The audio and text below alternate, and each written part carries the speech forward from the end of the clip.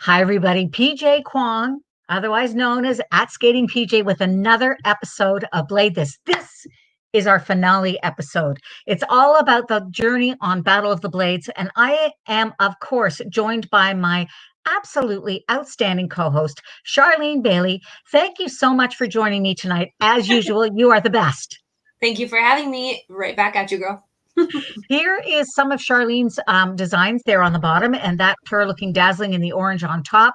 You got to make sure that you follow her. And I asked Charlene to dress the set just a tiny little bit. Who are you wearing behind your right shoulder? Over my right shoulder is a Charlene Bailey. It is fantastic. This is normally a very busy time of year for you. Yes, in different ways. It's been a very weird year, but yes, normally. Definitely. Pardon me? Normally, as you've got lots of clients on the ice who are not competing in the same way this year as they have in other years before.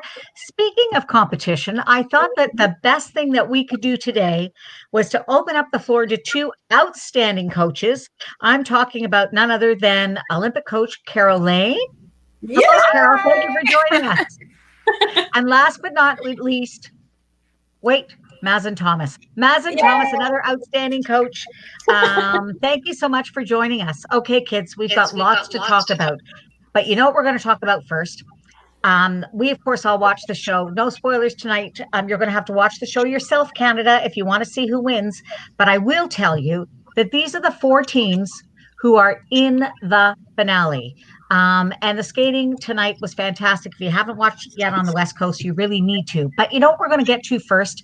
I was able to catch up with our good friend and your former student, Carol. Yes. We're talking about none other than the amazing Asher Hill. So I caught up with him. He even has a couple of things to say about you, Carol. I'm just saying. So we're going to have a quick listen to what Asher has to say. And I was going to edit it down, but you know what? It's all too good. So here we go. As soon as I can find play. Hi, everybody. I'm so excited today on our final broadcast of our Blade This following the Battle of the Blades. We can talk during it, by the way. Oh, good. You ladies look fabulous. You do too. You too, Mazen. How are you? Why is my sound not working? Mine isn't either. How are you today, PJ? Also, applause for you. Well, that's strange. I'm frozen. Listen, okay, we're going to get ready, but it's very exciting. I want to know, Battle of the Blades during which everything you expected. Do you know what, my wacky friends? You know what we're going to do? What are we I am going to stop sharing. I don't know why that sound isn't working properly, but it just seems to not have uploaded properly, although the recording was good. So what we're going to do is I am going to upload that particular video on YouTube so people can see it in their entirety. But what I will tell you is that there was a very lovely hello from Asher to you, Carol. And he wanted to say that when you guys were all younger, that the thought of little children coming and hugging you was a little bit much at different times, and that he indeed did not like to wake up in the morning. You had warned us about that. So true. So true. Yeah, so I'm very sorry about that, but it's a great little interview. So I will make sure that I upload it separately to YouTube so people can enjoy it. Asher was absolutely fantastic. Yes. So here is, I want to just bring in, what did you guys think about the skating this year? Charlene. I'll go first. I was blown away by the skating. And I think as someone who, I hate to admit it, but I hadn't watched Battle of the Blades until this season. I was blown away, especially in the end. It actually was like real skating happening, which I was not expecting. So that was a really cool thing to watch the progression of. Anybody else? I thought they did such a good job with making it look real. I thought the set was absolutely beautiful. In fact, the first thing I said was, oh my, that looks amazing. And having all the screens around and the people on the screens. I mean, it's been so difficult this year to sort of produce any kind of live anything, really. And I just thought, on top of, as Charlene says, you know, the great skating and everything, I thought that was really, really well done. Agreed. Mazen, what do you I think? agree with you. I agree with you both that I thought that the caliber of skating was raised to such a great standard and such a great level. I thought that the hockey players did a phenomenal job. I thought that all the figure skaters were so well matched with their partner, and they all gelled and meshed together over the weeks that they had with one another to perform and to be able to execute those programs. And like you, Carol, I thought the set was fantastic. And I think, Charlene, you probably agree too, that the costuming Mhm. of all of the skaters all the time was great. The lighting, the set, the virtual audience, you really felt like you were there and able to be a part of it. Well, I think you're absolutely right in the fact that the skating was really very, very good. I mean, the female hockey players, I think, no offense, gentlemen, but I think that the female hockey players really upped the ante of the skating. I'm not sure if they started out in can skate, and that's the reason for it, but the skating, but I have to also say that the men, given the fact that they weren't pair skaters and that they were so enthusiastically picking up, as tiny as a pair girl is, she's still 100 pounds. Yeah. So it's still a lot. So anyway. Agreed. PJ, Akeem and I want to say his name correctly, Voltek. Wojtek. The lifts and being able to do the throws and the twists, and let's just call it out right now. I mean, Vanessa James and her partner Akeem doing a throw triple flip, and the first one ever on Battle of the Blades, just phenomenal. And Megan Duhamel and her partner, and Voltek being able to do an exquisite throw triple Salchow, fantastic. I'm super surprised. Carol, what did you think about the skating skills? Okay, let's talk about Asher a little bit. And his, I said to him in the, I said to him that I thought that his partner looked a tiny bit like Piper. He said that he felt that actually his partner Jessica looked more like Alexi. But what did you think about That's really funny because my husband John said exactly the same thing. Oh, that looks like Piper's sister. But yes, there was kind of almost like a family resemblance there. Yeah, they did look alike. And, he's Ash is one of a kind. He really is. And I think what was really great for me was to see him skate with such joy. I've seen that before, I mean, he grew up with me, poor thing. He did. He survived it too, which is another, good for him. But he's got that amazing ability to entertain and enjoy skating, and it was so great to see that again. And it's such a shame. There are so many great Elijah is another one on the judging panel. These wonderful skaters that have no forum anymore to showcase their skills and to give us that. And I think having had such a scarcity of any space here, it was just wonderful. And I mean, he wasn't the only one, but of course I have a very soft spot for him. So,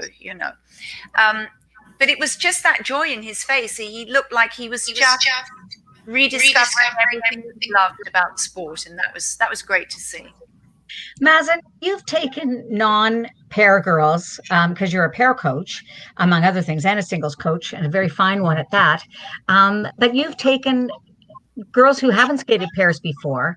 What is the process to getting them comfortable with being lifted? Trust. And obviously those ladies out there with those hockey players had just that, the trust in those fellas to be able to do those difficult moves and make them look easy.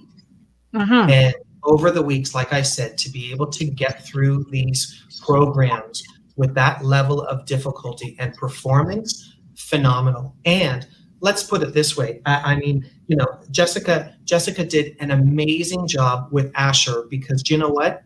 She knew that the spotlight was going to be on her as the female, half of the team, where everyone just naturally wants to gravitate to looking at her, and what she looks like when they're in their lifts. And I mean, their performances, being able to do rotational lifts and being able to do the carry lifts that they did, and she had such grace for herself. I thought it was fantastic.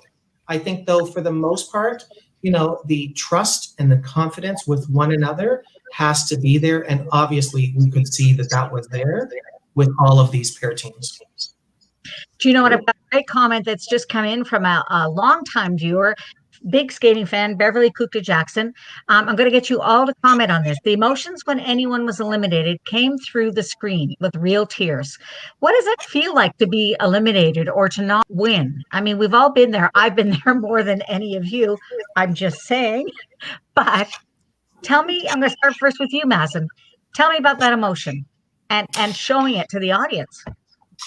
All of the hard work, the dedication, and obviously the sacrifice that each one of these people gave through this really difficult time, dealing with a pandemic that's going on, and obviously having to skate and to train within a bubble, to keep everyone safe, was probably, all of those emotions just being able to come out of just being able to say, okay, I enjoyed it, and I did a great job, and I'm pleased with myself. Charlene, you get to go next. What do you think about that kind of emotion? You know what? I think in this setting, I don't think there are really any losers. And I think that in any other circumstance, it's kind of like, okay, well, someone has to win, someone has to lose. And it's kind of like, what you say to make people feel better. But truly, as Mazen was saying, there was so much to this season that was so irregular, that was like, keeping people potentially from their families, that sort of thing. There was just so much that was different that really, especially making it into the Final Four, was such a win for everyone. And I'm not gonna lie, I definitely shed some tears today. I'm not gonna spoil any of the results, but there were tears shed, and not necessarily over the losing part, but the big wins that came from the performances, and not just watching the growth of the hockey players, but the growth of the figure skaters, which I wasn't really expecting. So even though someone may not have come first place, I think it was just such a beautiful realization of the internal growth that really blossomed outside for the rest of us to enjoy. Carol, I got a bit of a sort of an add to that question, and that is, as a coach, how do you train your skaters when we're waiting for results and all eyes are on them? What are the sort of words of wisdom that you give them before they even skate about that moment? Don't lose. Don't suck and don't lose. And then you won't feel bad. No. Well, yes, actually, they'll all tell you that I've said that to them at some point or another, probably. They part of the journey is understanding that, as Charlene said very well, it's not always about taking the pot home. Sometimes it's about the journey to participate in the getting of the pot that you didn't get. And losing sucks. There's no way around it. It does. Yeah. We're all very competitive people. All the people in that show are very competitive people. And they weren't competing for themselves. They were competing for their charity. So I think that actually makes even more pressure. You want to do really well because you're doing it for somebody else, and that adds a whole other layer of it. But I think, as you say, even if you don't win the final big prize, what you brought to the journey and what you brought to each other, and that was, to me, what was so nice, how they all appreciated their partners and all the other people in the competition, and how they just, that was the real driving force behind it all. Somebody will always get to lift a trophy, but you take other things away from competition, not just that. I think that you're absolutely right. Charlene, what were you going to say? Carol, as you were speaking about that, I was actually reflecting upon this past nationals when you were backstage with Piper and Paul, and I was back there with Flower Girls doing something, and I just remember you guys just being so very calm before they went out and lit it up, and I just wonder, like, is that something that you guys have really like built obviously throughout time, where you feel that comfort where you're about to go and like, you know, there's a very good chance that we're going to go out and win it, but we still have to like keep it together. And what is the process of building that throughout the season leading up to that big show moment? The drugs are very helpful. She's saying what we all think. Yeah. I'm sure Mazen will attest to the same thing. Absolutely. The moment is what it is, and all those things are going through. But you have to keep your eye on the ball, and I think that's the result of years of training. That no matter whether it's interclub or Olympics, it's that moment. You want to do your best, and you learn over the years how to do that. And it really is a process. I think we come away from every event, every simulation, everything, just learning a little bit more about ourselves. And obviously I've been with Paul and Piper now, 9 years, and Paul 20 years. So there's not much I don't know about them. And Eurus is the same, and John too. So we all have our little things that we do. I don't think there's there's not anything where I would say, oh, we have to do that or it'll be a disaster. Although I will admit to never wearing the same clothes again if somebody doesn't skate well. And that's anybody. My closet is full of, one-time wears, because obviously it was the coat that made them skate. Clearly. Skaters are crazy superstitious. Yeah, it's true. But I think you do. You just learn to just live in that moment. Just take the moment, go with it. And, when Piper caught her hair in her dress at Nationals, I literally turned around to Kathy Adams, my lovely team leader, and said, I'm cursed, Kathy. I'm cursed. And she's patting me on the shoulder. Meanwhile, those who are legging it down the ring do the best skate they've ever done, and so it was what it was. And then when she got off, I kind of did the hair thing to it, you just have to, you learn to roll with just about anything, right? You pretty much have to.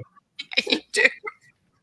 I mean, there are certain things that you just cannot plan for. That's for sure. That's true. Mazen, have you ever had any students who just in the middle of a performance, that they would just like to start again, do a mulligan?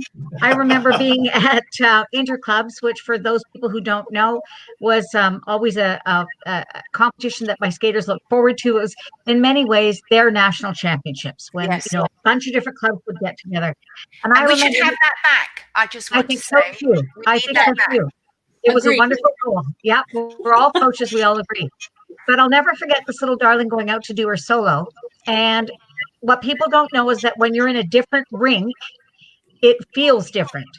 So she got turned around and she never went past the red line once because she thought, didn't matter where she was, she thought she was on the one side of the rink. So it looked like I had choreographed a piece that was just for one half the rink. So Mazen, any little skaters of yours who had maybe a mishap, maybe a hair mishap, wardrobe, go for it. So interestingly enough, we used to have like the junior nationals. And so a pair team that I was working with at one of their first practice sessions at the official rink went to go and do an overhead lift. And it was a transitional lift where she does different positions, within the boy rotating on the ice. And they've never missed that. Okay. They've never had a stumble on that in practice. But on this practice session in the main rink, all of a sudden the lift came down safely, but it came down. And she came back and she looked at me and she said, I have no idea where I am, because they had decorated back then, they put what they call the rink boards up. So the blue curtain around the ice. And because there were a Canadian flag at one end of the ice and a Canadian flag at the other end of the ice, she had no idea when she was supposed to actually do her transition of lift position. So the moment that she said that to me, we, on that practice session, started to try and find something at the one end of the ice surface or the side of the ice surface that she would be able to do what we call spot, right? Where she could spot herself and understand what she needed to do. And they went out and they did it. And then in the in the competition, they did it flawlessly. They did the best job they could. But it was very, very interesting. I think, Carol, you might remember her, a young girl from the Scarborough Skating Club, Roseanne Salonga. Oh, yes, of course. Yes. So it was I think it was their first junior national event that they had attended. And I was just so, well, we were, because I was team coaching with another friend of mine at the time, this pair team. And we were just so really, really pleased that they were able to kind of, keep it together. At that moment in time. So it was great. So they've all been there. Everybody's been there in one way, shape, or form. Well, as I said, my one skater never getting past the red line. I kept, go do something down there. Just keep skating. That's when you're dancing at the boards, like, go this way. I've got a great fashion comment and superstition comment, because as I said, we all know that skating people are very superstitious. It's from none other than your coaching buddy, Yuris Rasgolaevs, who cut his pink tie. What does that actually mean, Carol? He had a pink tie and it died a horrible death. Somebody didn't skate well. Do you know, it's very interesting. We've got Lorna Schroeder, who's known to so many of us. So if you just read on. Mm-hmm. Her hair stuck to her dress when she was in, and that was the year 2 people couldn't get out of St. John's, Newfoundland because of the snow. Oh, right. I was there. Yes. A bunch of my friends were there in bars, but I'm just saying. Me. I was there with you. I was the only one on the mainland, but that's okay. For the best. I did a series called, I can't remember what it was called, Off the Ice or On the Ice or something, of little written stories. And I remember going to, out west, hair coach, you know exactly what I'm talking about. He and his wife, glasses. What's wrong with me? Recent? Come on, he's been around. No, he's been around for a long time. Jan Omar. Jan Omar, Cynthia. Jan and Cynthia, that's right. Jan, I'm so sorry that your name just kind of escaped me. Could I see your adorable face? I just wanted to squish it. Anyway, he told me about a very funny story that happened to him. And he was with a novice girl at the national championships. And they were on warm up, getting ready for the free program. She was quite nervous. This was a girl who was really quite talented. And she was wearing like a black dress of some kind with like a wrap sweater and whatever. And she came over to the boards and she seemed to have on sort of a scarf. And he said to her, okay, time to take the sweater off, time to take the scarf off. And she said, scarf, what scarf? And he said, your scarf. It was her sports bra that she had on. When she put on her dress, she'd forgotten to take it off. And he, not wearing sports bras very often or whatever, didn't recognize it for what it was. So there she'd been doing her warm up with her wrap sweater and her sports bra. So it happens to everybody, is I guess what I'm saying. So when we're looking at, you know what, Gail Duffy had this great comment about Battle of the Blades. Charlene, can you talk about that? Can you read this comment for us? Yeah, so Gail is saying, happy that we had Battle of the Blades to enjoy during this crazy time. Loved all these skaters and wanted them to all win. Actually, they're all winners who have accomplished so much. And Gail, I agree wholeheartedly, 100%. It was, Battle of the Blades was really like that beautiful star in the distance for all of us as we were just kind of sitting in I don't know land. And I think a little bit we continue to sit in I don't know land. So I'm a little bit sad that it's over. Yeah. Totally. You know what? There was another great comment, actually from Helen Croza, a little bit long, but we're going to take a look at it, which is just basically being in awe of the courage the hockey players all showed with all their vulnerability, and that it was all kind of inspiring and heartwarming, and it just moved her to tears. So thank you to everybody who put on this show. And Helen, thank you for that great comment coming all the way from British Columbia. I know, Helen, we've known each other since we were teenagers, so it's kind of fun to see that for sure. I was also crying, maybe. Really? Most people were like that. It was mostly when they got the mic and they were talking about why they were doing it. And I was like, okay, I need to go take the dog out to go outside because I'm going to cry. Well, I just want you to know that's the reason why I'm wearing a hat with a little. I was wearing this actually in honor of Carol because it's kind of a fascinator, just so you know. Very fascinating. And I'll lend it for it's got feathers and things. So Carol, whenever you want it, girl, it's yours. You could be on the crown with that, I'm telling you. Couldn't I just? Carol I think and that's the both- nicest thing anyone's ever said ever. possibly to me for sure.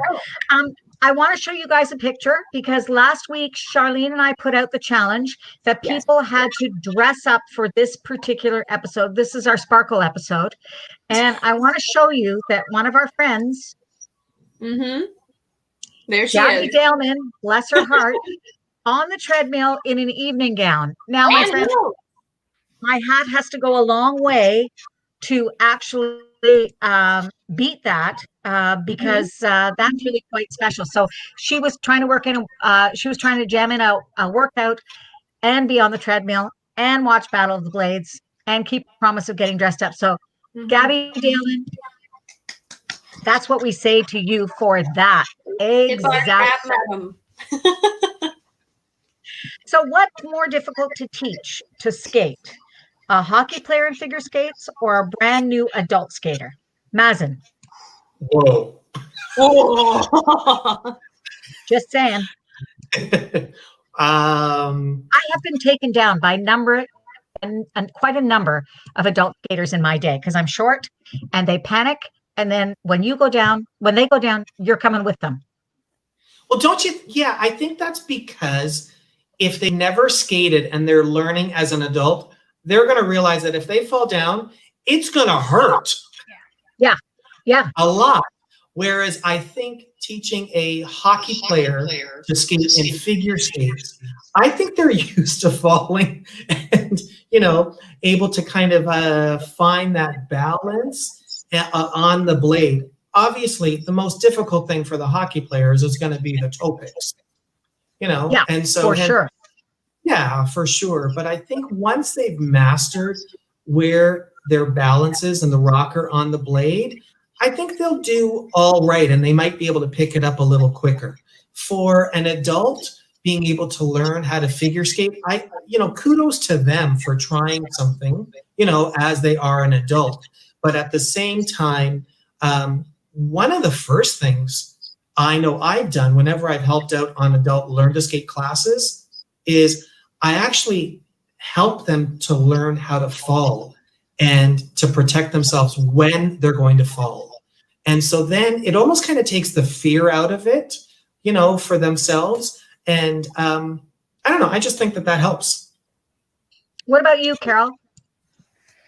I think learning to skate brand new as an older person is very, very hard. For all the reasons you've all stated. I think with the hockey players, to me, the toe picks are one thing, but I actually think that the hardest thing for them, and the thing I really take my hat off to them over, is that having to skate in such close proximity to another person, which they've probably never done, and all the different hold changes of position, changes of hands, changes of arms. People tend to not know how difficult that stuff is because the excellent skaters make it look easy, but it's hard. And even in those programs, which I think are not very long, you've got multiple changes of arms, hands, positions, bodies. To me, I think that would probably be accompanied by, the occasional toe pick. But to me, I think that would probably be the hardest thing to do, to have someone else in my space if I wasn't used to that. I think that would be very difficult. And they've done an excellent job with it. Really excellent. I think so too.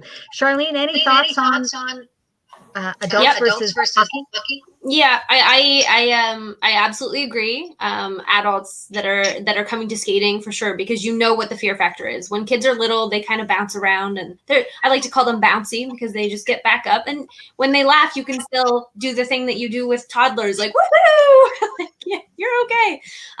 But it's interesting because I do a little bit of power skating here and there. Well, I did do a little bit of power skating here and there, and it's funny because hockey players are very invincible in the falling department until they don't have their equipment on. So I think that's also something that we need to factor in, because I know with my little guys, if they were seeing skaters falling, they'd be like, "Ooh, doesn't that hurt?" And I'm like, "Yeah, but we're used to it." And the idea of them falling without their equipment is just like, "Oh my gosh, but I don't have knee pads on." I'm like, "Yes, you're going to get a bruise, honey. You're going to be just fine. It'll just be blue for a couple days and then it'll turn green. You're good." But yeah, the equipment factor is big. It's so interesting. We've got another comment. Lovely. We love those. Yeah, we did from Nora. Nora 82. That's wonderful. Wow. Nice job coaching, Nora. Good for you. That's wonderful. That warms my little heart. That's excellent. Thank you. PJ, ladies, you know what else I realized as well is Natalie Spooner mentions it often for the hockey players, and that is every time the hockey players have been going out to skate and play a game, they've always got other teammates to cover them and to have their back if, they've missed a shot or they stepped slightly out of line in a game. And they have that second or third and fourth opportunity to make it up. But in our sport, you don't have that. No. You only have that one chance. And exactly, I have to agree with Carol 110%. When you're skating with a partner at such a close space with intricate holds and working with edges and turns and forwards and backwards and lifts, I kudos to these hockey players for doing what they've done in such a short period of time and learning what they've learned in such a short period of time. And at the same time, remember, as a hockey player, your performance is within the grit. But as a figure skater, your performance is with your body and your facial expressions and your posture and your line, and your musicality and how you relate to your partner. So I thought the guys and and Jessica, all of them did a phenomenal job. I think so too. Okay, I've got one final question before we wrap it up, and that is, I want to know the biggest lesson that Battle of the Blades can teach all of us. Okay, I'll go first. Feel the fear and do it anyway. Congratulations to all of them. Okay, who's next? Don't all talk at once. I would just say, you know what? Embrace learning something new. Yep. Embrace learning something new. Dive into the pool and just go for it, because we only have this one life to live, and especially here and now with what's happening around the world with this pandemic that we're all dealing with. I think that, if you have the opportunity, to learn something new, my suggestion is go for it. Terrific. Carol. I'm going to borrow the words of Freddie Mercury's father. Good thoughts, good words, good deeds. And I think everything on Battle of the Blades fulfills each one of those categories to perfection. I think you're right. Okay, well, Charlene.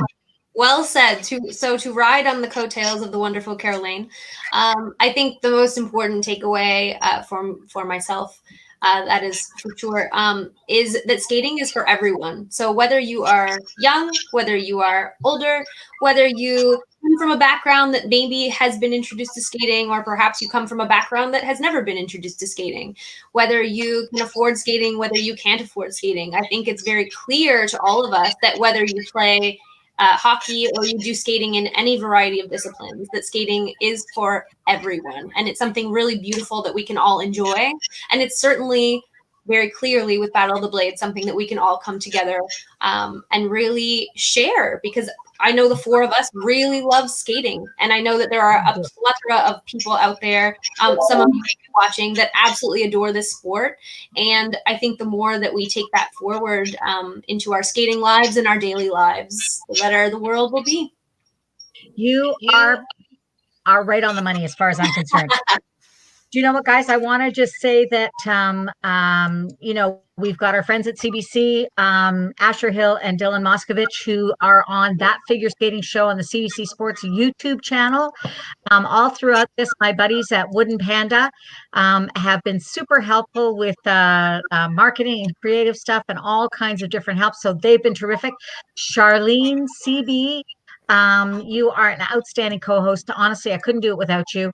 To all of the finalists on Battle of the Blades, you guys have made this so much fun to watch. If you think that Blade This is over, we're just getting started. So there'll be lots more to come. Yay, I think is what we want to say. And I just want to say that this has been just a wonderful experience with all of you, and congratulations to the winners. We still won't say who they are, because if you're on the West Coast, you don't know that yet. Shh. But you know what? The skating was fabulous tonight. So I'm just going to take this chance to say, please go to my YouTube channel and subscribe. If you'd like to follow me on Twitter, I'm at Skating PJ. I'm PJ Kwong on Facebook and on Instagram. And I just want to thank everybody for watching. You've been a fantastic audience, and we'll talk soon. Bye for now.